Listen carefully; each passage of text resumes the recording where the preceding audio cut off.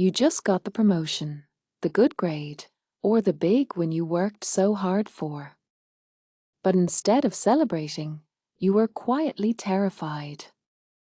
Studies show up to 82% of high achievers secretly believe they simply tricked everyone into thinking they are competent, just waiting for the day they finally get exposed. You think this anxiety is a warning sign that you aren't ready, that you genuinely do not belong in the room. But what if that exact fear is the strongest psychological proof that you actually do? Your brain is misinterpreting your own growth as a survival threat. Therefore, the harder you work and the higher you climb, the louder your internal critic gets, actively trying to sabotage the visibility of your success. So you endlessly overprepare, or you shrink back, desperately hoping to fly under the radar. But what is your mind actually trying to protect you from? The real answer has absolutely nothing to do with your skills. Imagine you are sitting in a brightly lit glass boardroom. You just finished presenting a project you poured your soul into. The room goes quiet, and your boss nods and says, "Brilliant work." "You should feel proud." But instead, your stomach drops. Your heart rate spikes. You force a polite smile while your inner voice screams, "They are going to realize I just got lucky." You are experiencing a profound spike in stress right at the exact moment of your victory. Research published in the Journal of Sport and Exercise Psychology found that social evaluation significantly increases cortisol levels in self-conscious individuals. Cortisol is your body's primary stress hormone. It usually triggers when you are in physical danger. But you are not running from a predator. You are just receiving a compliment in a nice office chair. Therefore, your nervous system is essentially malfunctioning, treating praise and visibility as an active threat to your safety. But why would your brain code your success as a danger? To understand this, we have to look at how you learn to operate in the world. Many people who battle this feeling share a specific psychological trait. Psychologists call it a high internal locus of control. This is the deep-seated belief that your outcomes are determined entirely by your own actions and effort, rather than by luck or other people. You likely developed this early in life. Maybe you had unpredictable caregivers, or you learned quickly that depending on others creates unnecessary risk. So you cut the variable out entirely. You decided that your success would rely strictly on your own shoulders. But when you carry the entire weight of your life, any external validation feels fragile and completely out of your control. Therefore, when people praise you, it feels like they are evaluating a version of you that you cannot guarantee you can maintain. You are terrified of the gap between how they see you and how you feel inside. So, how does your mind try to close that gap? It forces you into a state of chronic overcompensation. You become the person who stays at the desk until midnight, refining a document that was already perfect at 5 in the afternoon. You tell yourself, "I just need to be absolutely sure there are no mistakes." but this is not actually about the quality of the work. It is a defense mechanism. You are trying to build an impenetrable fortress of competence so nobody can question your right to be there. Clinical psychologist Dr. Sherry Berg Carter notes that chronic self-reliance, without any outlet for vulnerability, is one of the most underreported risk factors for burnout in high-functioning individuals. You are running your engine in the red just to feel safe. Therefore, your exhaustion becomes the only proof you accept that you are actually earning your place. If you are not struggling, you feel like you are cheating. But this strategy has a massive hidden cost. If your brain sees visibility as a threat, every promotion is just a bigger target on your back. Let us look at a completely different scenario to see how this plays out physically. Think about how you act when you are entirely alone. When no one is watching, your brain allows you to access a state of calm focus. Neuroscience research shows that engaging in self-paced, solitary activities activates the default mode network in ways that promote introspection and emotional processing. When you are alone, you can actually think through problems and decompress. But the moment someone walks into the room and observes you, that network shuts down. You shift from processing to performing. For someone dealing with these feelings of fraudulence, this shift is exhausting because they are carrying a low-level hypervigilance. You are constantly running a background check on your own behavior. Did I sound smart just now? Did I talk too much? Do they think I am underqualified? This constant internal performance review drains your cognitive resources. When you are being evaluated, even implicitly, your focus splinters. But you cannot afford to drop the ball, because that would prove you are a fraud. Therefore, you pour even more energy into masking your anxiety, smiling politely while your brain processes normal social interaction as a high-stakes negotiation. This is why you feel so unbelievably drained after a successful meeting or a casual networking event.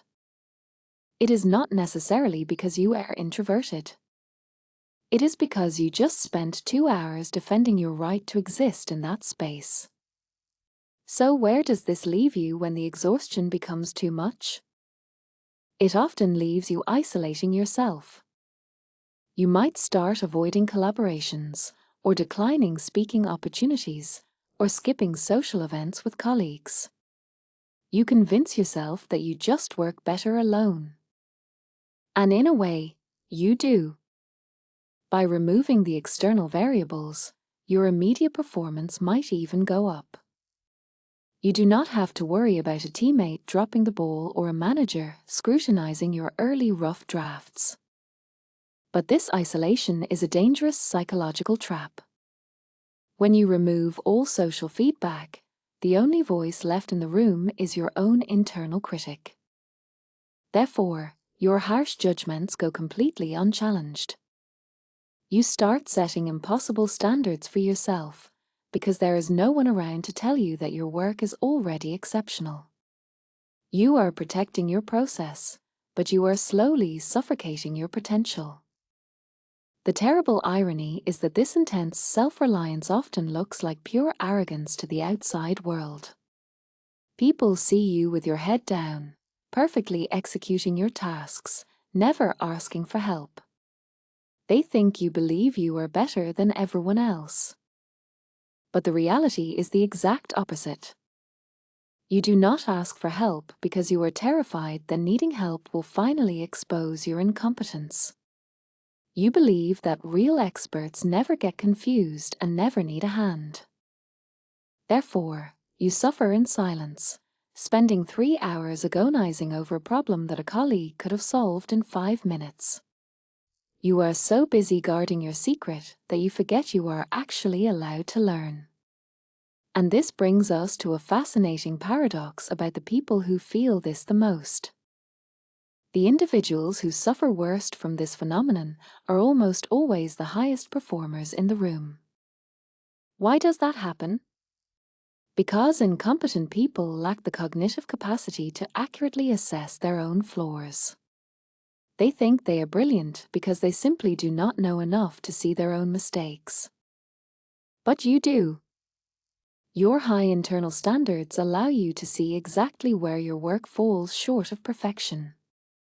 Therefore, your feelings of inadequacy are actually a byproduct of your advanced competence. You know exactly what excellence looks like, and you are hyper-aware of the gap between that ideal and your current reality.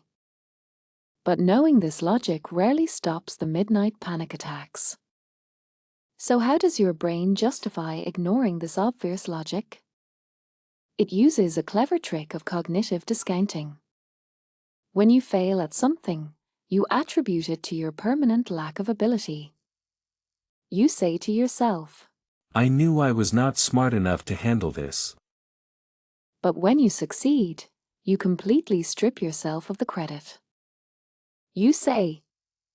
The test was just easy. Or. They were desperate to hire someone. Or, I just got lucky this time. Therefore, you create a rigged psychological game where your internal critic literally cannot lose. You are demanding undeniable proof of your worth, while actively throwing away every single piece of positive evidence you receive. Your mind is determined to maintain its defensive posture, no matter what reality actually shows you. If your mind is so determined to ignore reality, how do you actually stop feeling like a fraud? You have to look at what happens when you finally close your laptop and try to rest. Imagine it is 3 in the morning. You are staring at the dark ceiling. You are physically exhausted, but your brain is running a vicious highlight reel of every tiny mistake you made that day. You are desperately trying to get enough rest for tomorrow's performance. Science shows that your brain cycles through 5 stages of sleep every 90 minutes, moving from light sleep to deep physical recovery and REM sleep for cognitive repair. But when you are trapped in the imposter cycle, you carry that low-level hypervigilance right into bed with you. Your mind stays locked in beta waves, which is the fast-paced frequency of active problem-solving and threat detection.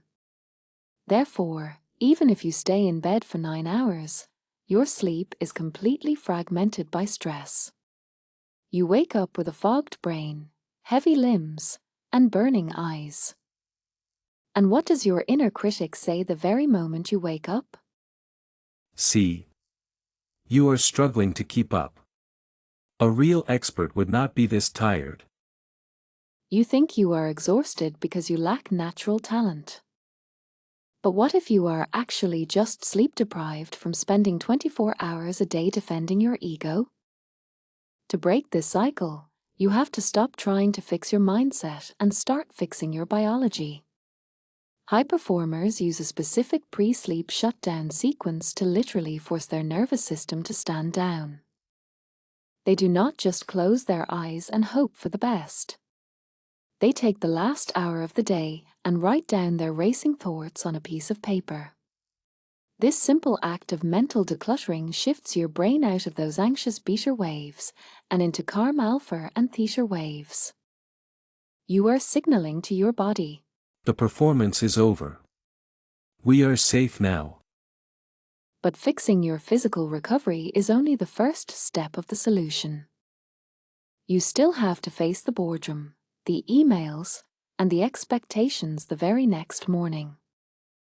Therefore, you need a completely new way to process the external world when you are wide awake. How do you handle the pressure when the spotlight is actually on you? Think about the mechanics of jumping rope. It looks incredibly simple, but it actually requires massive full-body coordination. Your hands, your feet, your posture, and your breath all have to sync up perfectly. If you just swing the heavy rope as hard as you can, you will trip immediately. The imposter syndrome equivalent is trying to force your way through work by over-preparing, overthinking, and swinging your intellectual rope as hard as possible. You are using pure brute force to survive. What you actually need is rhythm and spatial awareness. When you jump rope, you have to know exactly where the rope is in space, so you do not tense up before it hits the ground. In your career, you have to develop the exact same spatial awareness with other people's opinions. When someone gives you a compliment, or a promotion, or a new responsibility, you do not have to absorb it directly into your identity, and you do not have to immediately deflect it. You just have to let it exist in the room. You have to let the rope swing past you. The ultimate paradox of the high achiever is that the exact strength you built in isolation is what is holding you back from your next level of growth. You learned to protect yourself by controlling every single variable and never asking for a hand. But success at a high level is inherently messy and collaborative.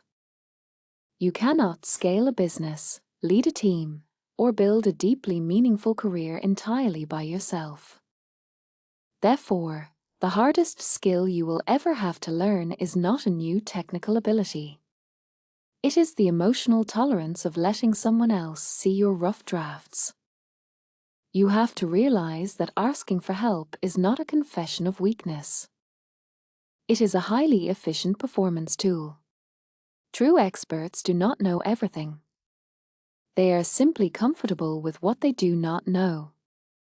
The next time you walk into that glass boardroom and feel your stomach drop, do not try to push the fear away.